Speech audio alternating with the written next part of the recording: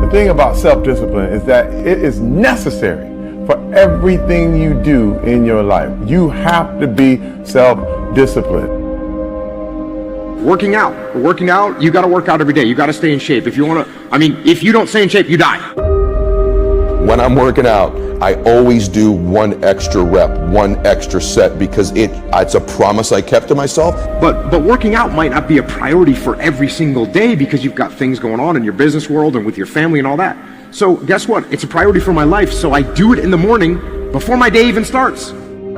If you change your mindset and really focus it on what discipline really is, you start to welcome discipline. You welcome self-discipline into your life. And here's the biggest thing. It's a pattern.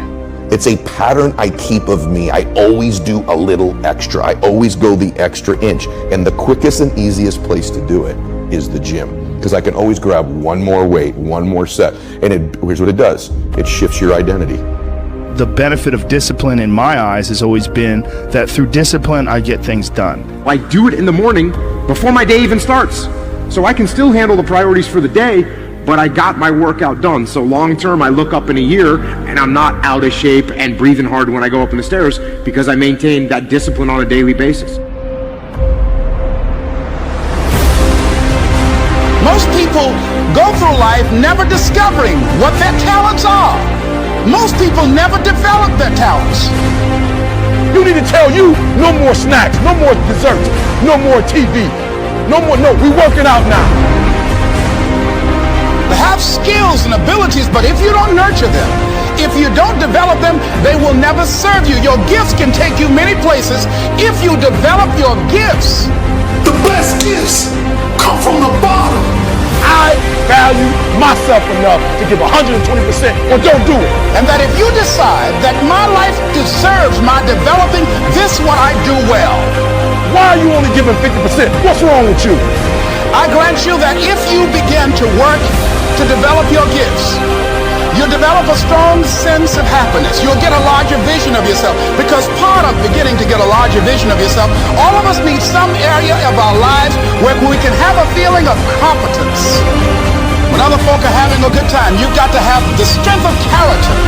You need to tell you that you owe you something. As you begin to develop and expand your skills and your talents and your vision of yourself, you will always be in control of your destiny. I want freedom. And for me, disciplining myself means more freedom.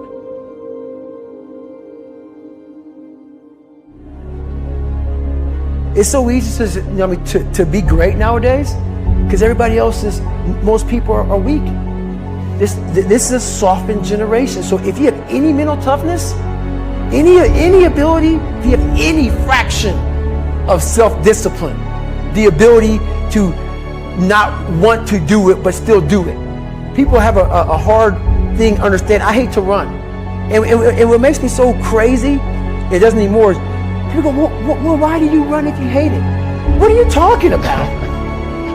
I don't want to take showers and eat either. I hate that too. That's a life, man. It wasn't until I changed that mentality that I became somebody. I hated going to school, so guess what? I was dumb as shit. But if you can get through to doing things that you hate to do, on the other side is greatness. That's what people don't understand. By me running, I am callous in my mind. I'm not training for a race. I'm training for life. I'm training for the time when I get that 2 o'clock in the morning call that my mom is dead or something happens tragic in life. I don't fall apart. I'm training my mind and my body and my spirit so it's all one, so I can handle what life is going to throw at me. Because the life I've lived, it throws a whole bunch at you. And if you're not physically and mentally prepared for that, you're just going to crumble and you're good for nobody. 99% of people are not willing to do what it takes to make their dreams come true. The Marines have a saying, everybody wants to go to heaven, but nobody wants to die. the center of bringing any dream into fruition is self-discipline. You know, something as simple as food and eating. It's not about your body as much as it is about your mind. It's getting command of your mind to be able to choose actions that are in your own best interest. Every day we are choosing that's not in our own best interest. So if the world is attacking you and the world wants to fight you and the world's trying to hold you down, so you're gonna kick yourself in the balls? So you're gonna stop yourself from getting what you dream.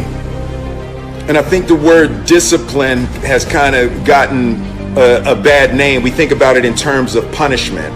I'm not talking about discipline in that way. I'm talking about discipline in the sense that you forego immediate pleasure for the exchange of long-term self-respect. I believe that self-discipline is the definition of self-love. That when you say that you love yourself, that means that you have behavior towards yourself that is loving. Self-discipline is the center of all material success. You cannot win the war against the world if you can't win the war against your own mind.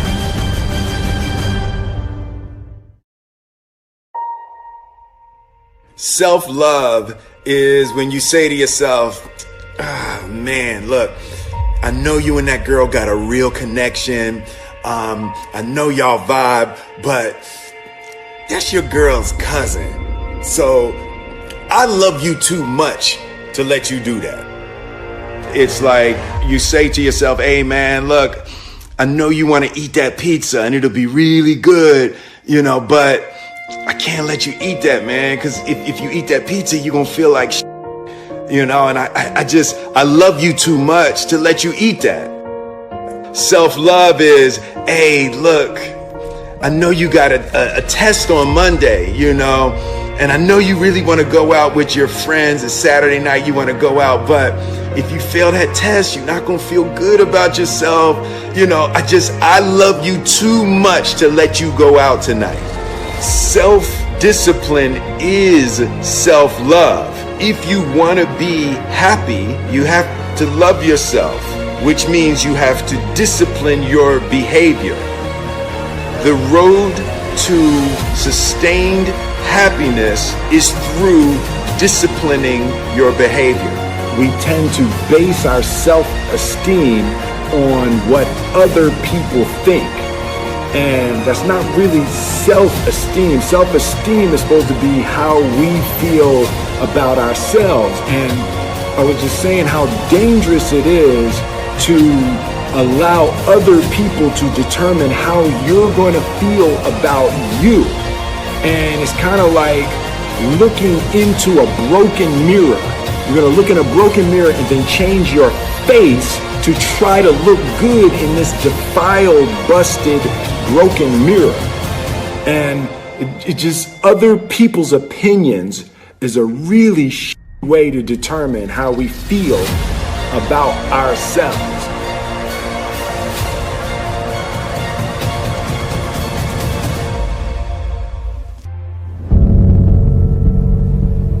Life can be brutal. Life can be unforgiving. If I had to sum up in one word the difference between the greats and the average, the difference between the successful and the nobodies of the world, one word, one attribute to describe the difference: discipline. If you don't have the discipline, you can forget about the trophy. You can forget about the success, the greatness. All champions have discipline. It's the discipline to work hard. You know, not when everyone is watching, but when no one is watching. When the fans aren't there. When the coach isn't there. When it's just you and your character. The discipline to eat strong, healthy foods when you have other tempting options. When those around you might not be so strong. The discipline to say no when those around you choose to be average.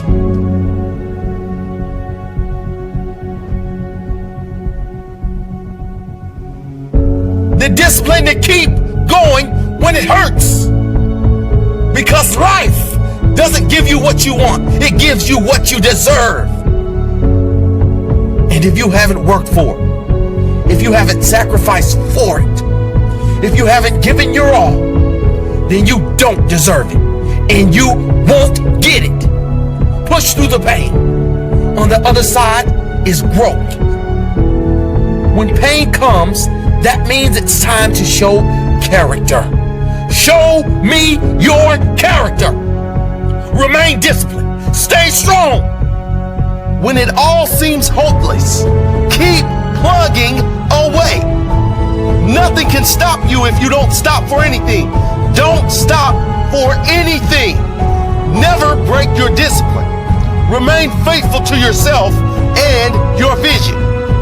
When it gets painful, push harder. Push through the pain. You gotta have the discipline to do 11 when your opponent stops at 10. The discipline to keep going when it hurts. Because life doesn't give you what you want. It gives you what you deserve. And if you haven't worked for it, if you haven't sacrificed for it, if you haven't given your all, then you don't deserve it. And you won't get it. Show your character. Remain disciplined. Stay strong. Don't say why the pain. Don't say why me. Say try me. Say, is that all you've got? Give me more. Keep plugging away when there seems to be no hope of victory. When you don't see the results. Hang in there. Be strong. Be brave. Remain disciplined. And your time will come.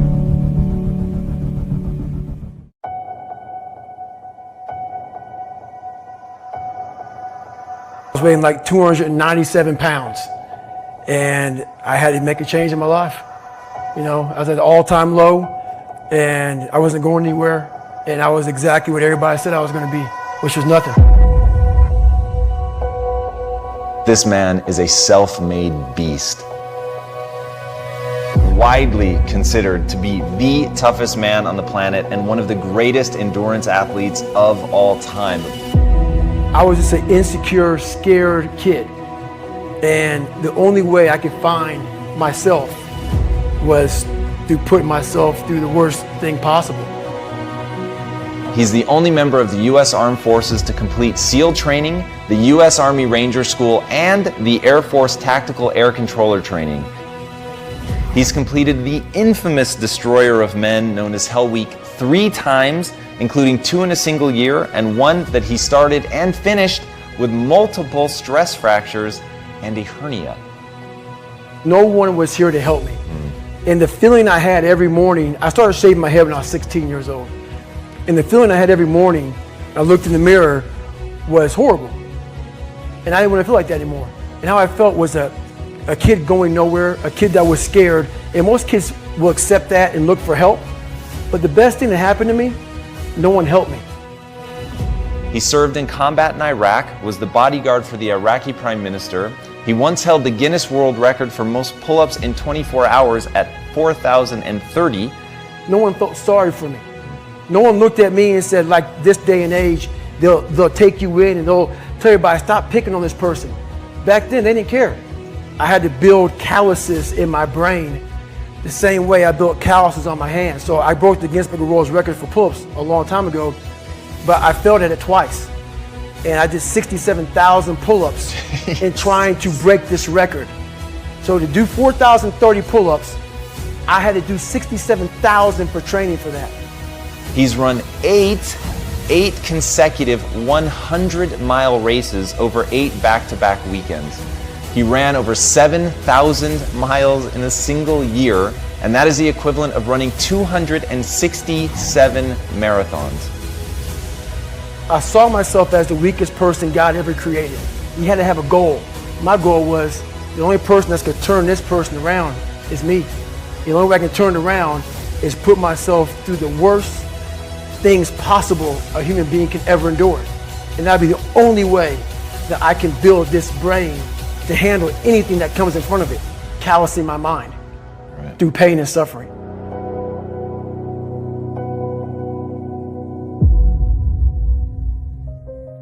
The only way you're ever going to get to the other side of this journey is you have got to suffer to grow. To grow, you must suffer. I'm afraid of my shadow. How can I overcome that? Go in the military, get your kicked, do things you hate to do, be uncomfortable every day of your life. Roger that. I'm not the smartest kid in the world. Okay. Instead of somebody saying, oh no, you're smart. No, don't say that to yourself. I said to myself, no, I'm a dumb motherfucker. Okay, roger that. How you get smarter? Educate yourself. So the things that we run from, we're running from the truth. We're running from the truth, man. So the only way I became successful was going towards the truth. As painful and as brutal as it is, it changed me. It allowed me to become, in my own right, who I am today. If you can, for the rest of your life, live inside of yourself, stop listening to people who are calling you fat, gay, transsexual. Everything that is makes no sense. All these insecure people putting their insecurities on you, you gotta flush it out. You gotta just be whoever the hell God or whatever the hell you believe in. If you believe in nothing but yourself, I don't care what it is. You gotta take everything and throw it away. You have to believe in one thing, and that is yourself.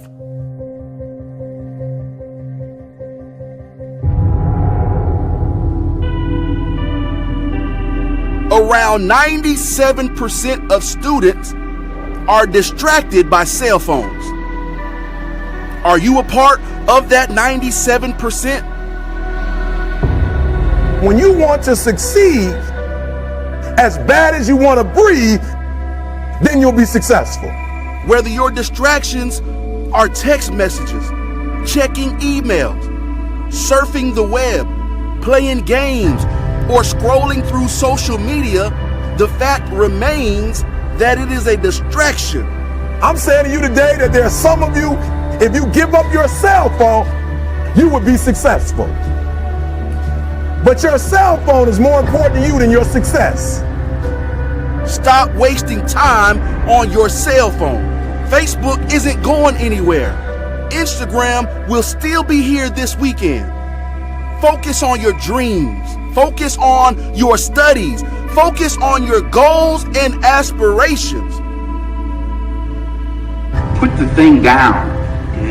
Look up. You're missing stuff. What is the long-term effect of too much information? We don't know, but we're finding out. Focus on becoming a better you. A better you that is not distracted by unnecessary things. You gotta cut off the cell phone. You gotta, no TV. There were those of you who were watching the game last night, you really didn't have no business watching these boys win a national title, going to the NBA, making millions. You didn't have no business watching them because you're not where you need to be. One that is determined to succeed and not scroll. That is determined to prosper and not post. To grow all day and not game all day. Stop wasting time on your cell phone.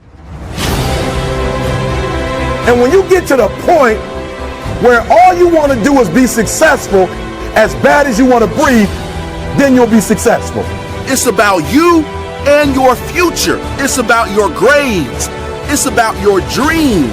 Ultimately, it's about your life. The time you spend on your cell phone could be used for your success. The time you could be using to be successful, you're using it on the cell. And the cell phone is not bringing you nothing but a bill. Is your life more important than that app, than that game, that post? I need cell phones off. Listen to me. Some of you gonna be broke for the rest of your life because of that little thing on the side. You're gonna be broke for the rest of your life because of a little cell phone. We're so plugged into our cell phones that we become blind to the world around us. And somebody has told you you couldn't live without it. We can't take our eyes off the screen long enough to see the beauty of the world around us. It don't matter whose fault it is that something is broken if it's your responsibility to fix it. For example, it's not somebody's fault if their father was an abusive alcoholic, but it's for damn sure their responsibility to figure out how they're going to deal with those traumas and try to make a life out of it.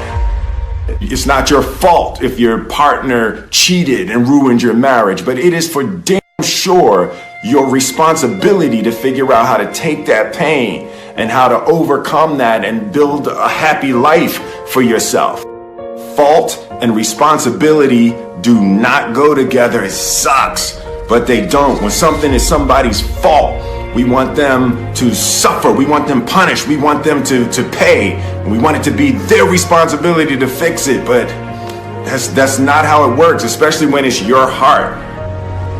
Your heart, your life, your happiness is your responsibility and your responsibility alone. As long as we're pointing the finger and stuck in whose fault something is, we're jammed and trapped into victim mode. When you're in victim mode, you are stuck in suffering. The road to power is in taking responsibility. Your heart, your life, your happiness is your responsibility and your responsibility alone. You can make a person smile, you can make a person feel good, you can make a person laugh, but whether or not a person is happy is deeply and totally and utterly out of your control. The prerequisite for spending time with any person is that they nourish and inspire you. They feed your flame. Look at your last 5 text messages. Are those people feeding your flames or dousing your fire? Put your phone down for just a second and look around. Look to the people around you. Are those people throwing logs on your fire or are they pissing on it?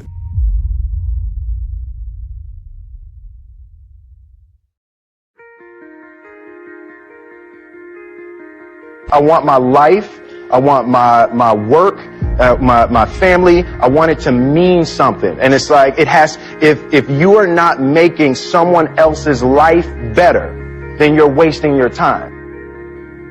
The separation of talent and skill is one of the greatest misunderstood concepts for people who are trying to excel, who have dreams that want to do things. Talent you have naturally. Skill is only developed by hours and hours and hours of beating on your craft.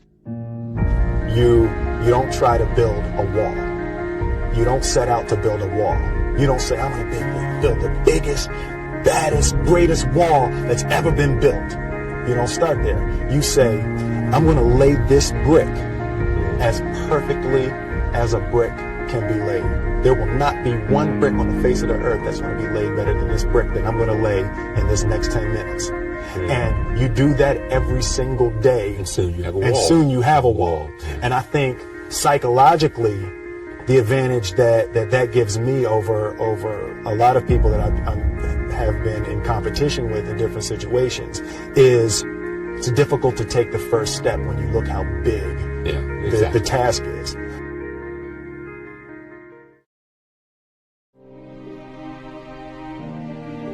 The definition of who I am is very clear to me, and it also redefines who I want to be. In that I know for a fact that I'm stronger than I thought I was. You know, you can't help but ask yourself the question, what would I do if I was in Muhammad Ali's shoes? I'm motivated by fear. I hate being scared to do something. And I think what developed in my early days was the attitude that I started attacking things that I was scared of. Why were you scared in your bed the night before? What do you need that fear for? Just don't go. Why are you scared in your bed 16 hours before you jump? Why are you scared in the car? Why could you not enjoy breakfast? Fear is fear of what? You're nowhere even near the airplane. Everything up to the stepping out, there's actually no reason to be scared. It only just ruins your day. You don't have to jump. And then in that moment, all of a sudden, where you should be terrified is the most blissful experience of your life. And God placed the best things in life on the other side of terror.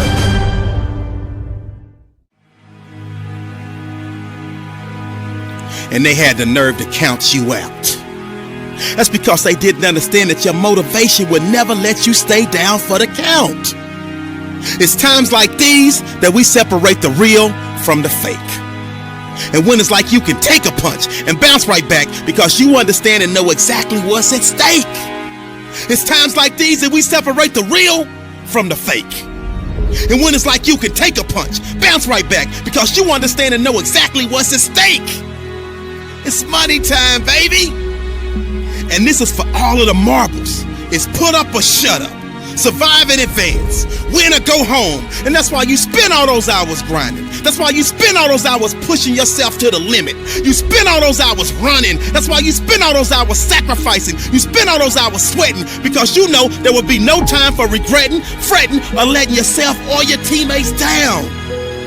See, you are bound and determined to enter into the realm of greatness that's reserved for you and only you. And so if the day ever comes that you're tired enough to quit, then I need you to act like a car with 4 flats and retire. I don't think you heard me. I said if the day ever comes that you are tired enough to quit, then I need you to act like a car with 4 flats and retire.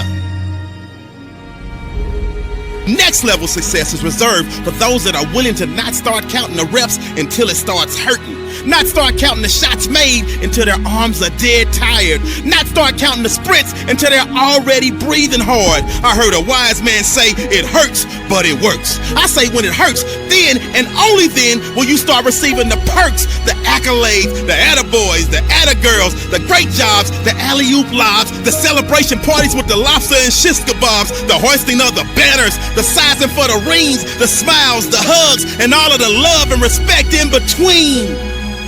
See, some of you out there, you in the dark. And you know what I need you to do for me when you're in the dark, right? Turn the lights on when I'm talking to you, because I don't think you heard me. I said next level success is reserved for those that are willing to not start counting the reps until it starts hurting. Not start counting the shots made until their arms are dead tired. Not start counting the sprints until they're already breathing hard. So just when they think you're about to throw in the towel, that's when I need you to recall all of the days that you went that extra mile. All of them days that your friends said you were foul, when you said you couldn't hang out because you were dialed in. You were locked in. You were in a zone. So you had to be strong because you knew the day would come when you would have to show the world that you could overcome any adversity, any obstacles, any hardships, any setbacks, because you were prepared for any and everything. You understood that it would be impossible to run with them cheetahs when you're walking with the turtles. You understood that it would be impossible for you to run with the cheetahs when you were walking with the turtles. So your mindset is that of a track star, and that gives you the mental strength to leap over life's hurdles, to power through the speed bumps, to push through the roadblocks, and continue to grind past any and every obstruction that attempts to deter you from your ultimate goal of next level success. So the stresses of the world, you laugh at it. The dreams they say are out of your reach, you grab at it. The things they say you can't achieve, you take a stab at it. And when the bullies of life try to knock you out, you stick and move and you jab at it. I said the stresses of the world, you laugh at it. The dreams they say are out of your reach, you go and grab at them. The things they say you can't achieve, you take a stab at them.